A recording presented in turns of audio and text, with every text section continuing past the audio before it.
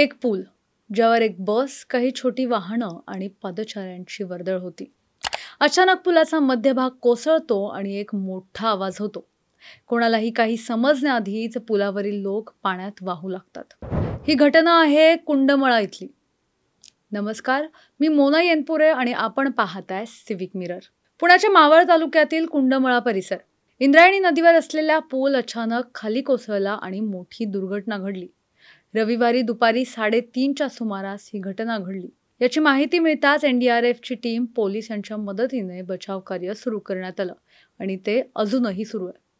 या अपघातात सुमारे 30 ते 40 जण नदीच्या प्रवाहात वाहून गेल्याची भीती व्यक्त केली जाते. रविवारी रात्री उशिरा 4 जणांचे मृतदेह पाण्यातून बाहेर काढण्यात आले. अनेकांना प्रश्न पडला असेल, या भागात इतक्या मोठ्या संख्येने नागरिक का उपस्थित होते?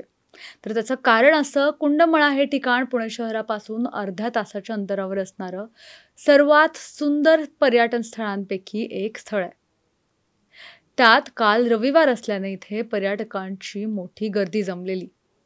नेमकं काय घडलं पाहूया. ज्यावेळी ही घटना घडली तेव्हा या पुलावर एक बस, काही वाहनं आणि काही पर्यटकांची वर्दळ होती.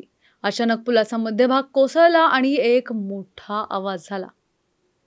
दुर्दैवाने पुलाच्या कोसळलेल्या भागात काही लोक अडकले आणि त्यात लहान मुलांसह काही नागरिकही मृत्युमुखी पडले.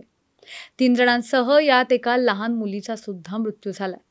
अपघातात गंभीर जखमी झालेले 40हून अधिक लोकांना आता रुग्णालयामध्ये दाखल करण्यात आले. त्यापैकी काहींची तब्येत गंभीर आहे. या दुर्घटनेचं मुख्य कारण काय याचा तपास पोलीस आणि प्रशासनाकडून सुरू आहे.